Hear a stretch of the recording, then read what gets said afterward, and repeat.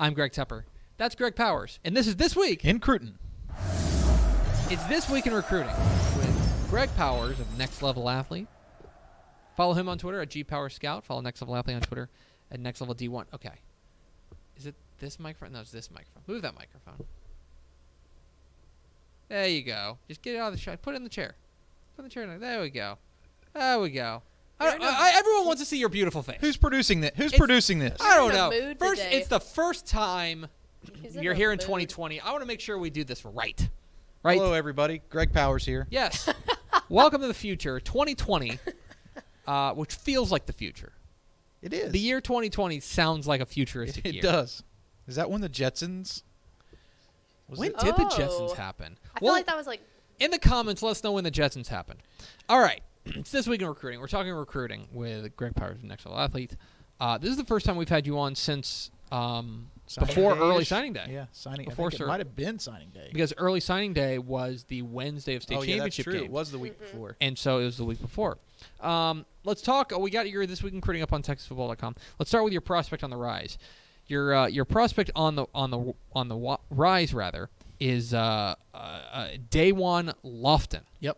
The wide receiver, 2021 wide receiver from Fort Worth Northside. Fort Worth Northside, not exactly a bustling recruit hub, but they got a good one in DaWain Lofton, who is about to take off in a big way. This is a guy who's getting offers from all over the place, and suddenly you got places like Alabama, LSU, and Ohio State on him. Well, what I actually kind of explained DaWain as some sort of hybrid between Dontre Wilson and Marvin Mims, I guess. You know, it's something like that. He's a really good wide receiver, but he's a deadly threat in the open field when he has the ball in his hands.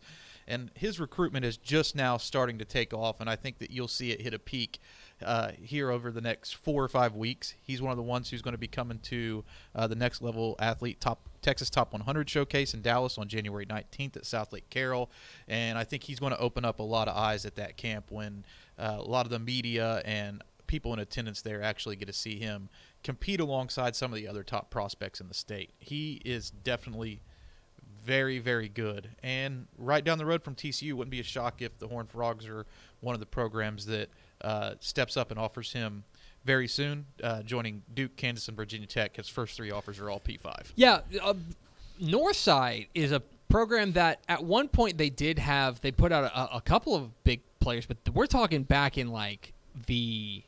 I can't remember covering Northside. I'm talking like in the 50s. Like Yale Larry went to Northside. Wow. And like Marion Pugh went to Northside. These are guys. The most notable alumni there are like Rogers Hornsby, from a baseball player, and then the great Bob Schieffer.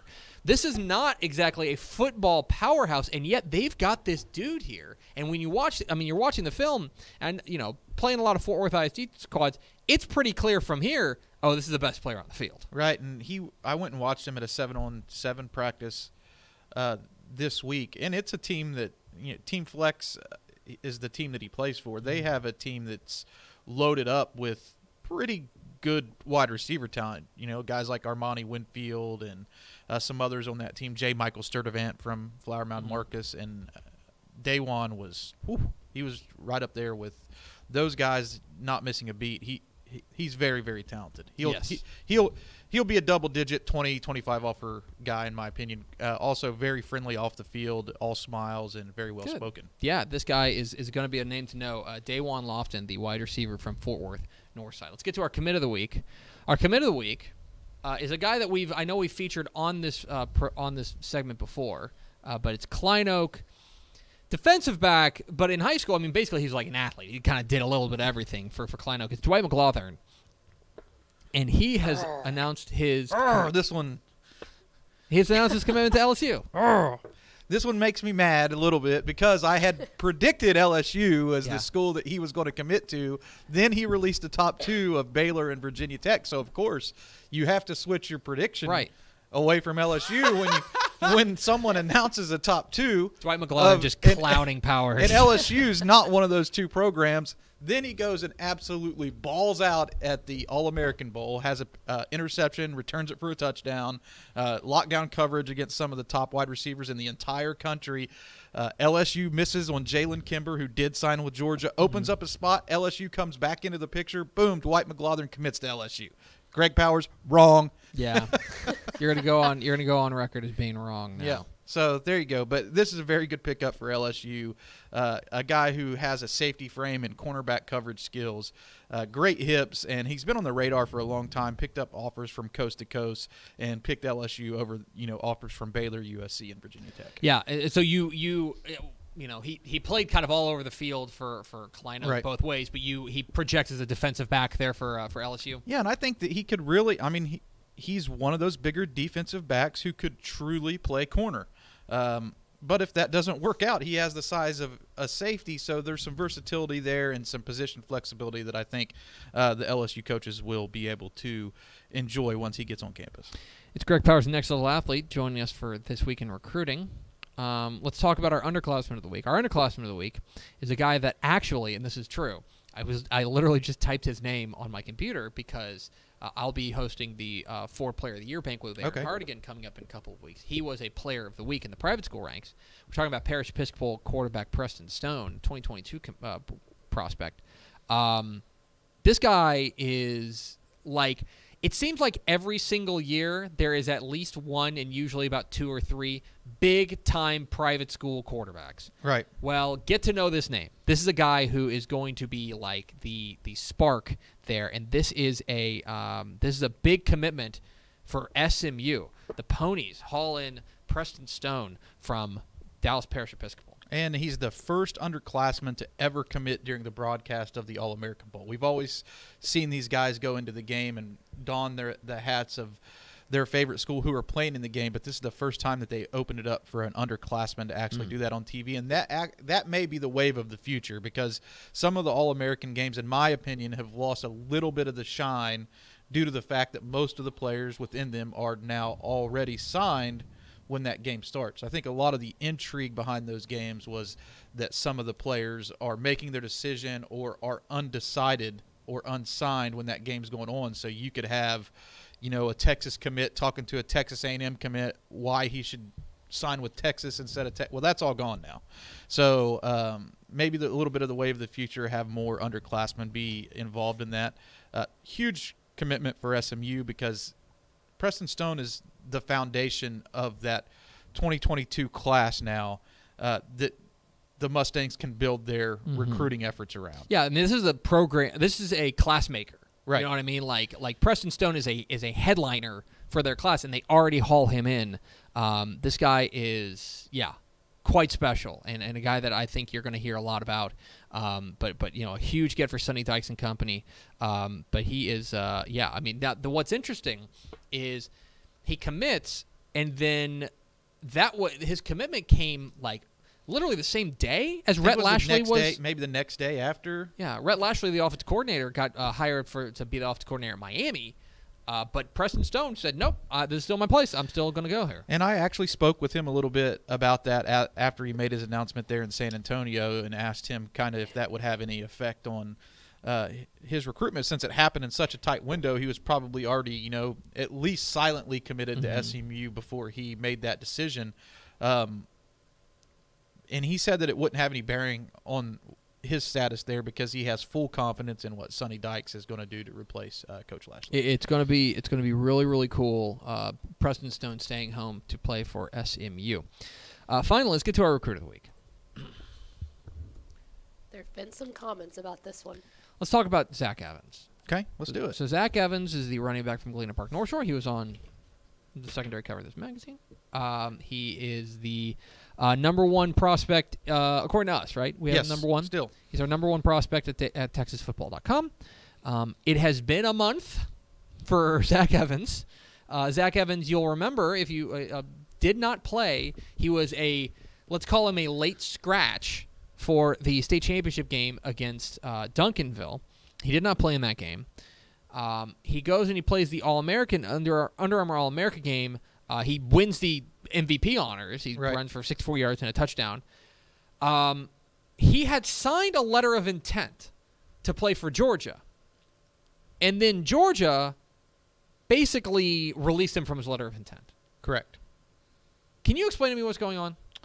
I can try. You can try. This is I know that there are bizarre recruitment sagas that go on, but the twists and turns that this has taken, there have been like 6 or 7 different dates that he was going to be he was going to make sure that he committed. In the end, he is still uncommitted as of this moment after Georgia releases him from his letter of intent. Well, first off, let's get to what can happen now. Yeah. He missed a playoff game to take the ACT test. Mm-hmm. I think that was the semifinals. Yes. Okay. Yeah, he missed the first half. The first half of the playoff game to take the ACT, those results should have been available sometime soon after Christmas. Right. So if everything is secured academically, he is still a prospect who could enroll early at a college of his choosing. Mm-hmm. I don't think that you have to see Zack Evans make a commitment. No. He doesn't have to make an announcement. He doesn't have to have a press conference. He can just show up on campus at the school that he wants to attend. And to be honest with you, if it were a prospect who was underneath of my guidance, I would probably say that's the way to go at this point in this whole thing. I mean, why do you need now more spotlight on you if you're Zack Evans? I mean, he's the #1 player in the state, and that's justifiable based on his talent. This is a year where that #1 player can be up for debate, and it is up for debate. We have 3 guys in the top 3 with Zack Evans, Damon Demas, who didn't play his senior season and didn't play in the All-American Bowl, and Jackson Smith and Jigba, who is a tremendous wide receiver talent headed to Ohio State. I think any one of those 3 guys could be considered as the #1 player. But based on talent, Evans is still one of the more talented running backs I've ever seen in Texas high school football. So another debate, another show. Maybe we can talk about #1. But don't be surprised if Zack Evans just shows up on your favorite school's campus as a student athlete in the next couple weeks. That's interesting. And it's just, it has been a bizarre saga. And I want to be careful with what I say here. Some of it I think is of his own making. Some of it I think is not. And in the end, he's gonna play college football. I'm gonna go out on a limb here and say he's not gonna sit at home. Okay, Yeah. He's not gonna sit at home. That's fair. But it is one of the more, especially for a high profile and literally the high profile recruit in this state. It is really pretty rare to see something like this happen. Where we've now gotten to, it's not rare for a guy who's like the #1 prospect in the state to wait till National Signing Day, at least the way it used to be before the early signing period, to commit. But to commit and then to have a team release you from your letter of intent is, if you are thinking that's bizarre, that's different, you're right. It is. That is. And unique. In all fairness, I think we should point out that we don't know if Zack Evans asked to be released out of that letter of intent, or if Georgia is the one who decided to push the envelope and say, we want to release you from that. And without knowing the answer to that question, it's probably a bit unfair for us to speculate on really exactly how it all went down. Long story short, Zack Evans is not going to be heading to Georgia, and now the opportunity is there for some other programs who would be interested to have Zack Evans on their roster to step in and tried to get him on their campus. And I can't remember when the dead period ended, but I know that Zack Evans can't sign another letter of intent. I think that's some of the NCAA rules I'm a little bit Well, so I don't want to misspeak on exactly what can happen, but I'm not sure the legality of who can talk to him and when. Right. So that's the latest. I think it's good though that he's been let out. I think that colleges now can I believe come that's back correct. in and talk with him now. So now that it's official. Other than that, though, it's been pretty slow in recruiting. Yeah, not busy at all. Not a whole lot of that. We've got some.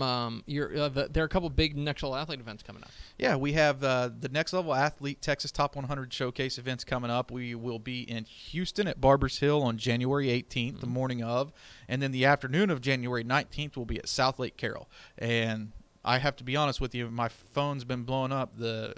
recruit lists at both of those camps. It's going to be a very good year. I'm very excited about these camps this year. It's going to be an excellent year, and of course, we'll have complete coverage for you at TexasFootball.com/recruiting. He's Greg Powers from Next Level Athlete. Follow him on Twitter at GPowersScout. Follow Next Level Athlete on Twitter at NextLevelD1. Powers, appreciate your time. Let's do it. Do y'all want to hear the answer to the Jetsons thing? Yes, actually, let's get to that real quick. So Tony gave us the whole backstory real fast. So that is not surprising. The cartoon itself never states the specific year, though characters often refer to living in the 21st century.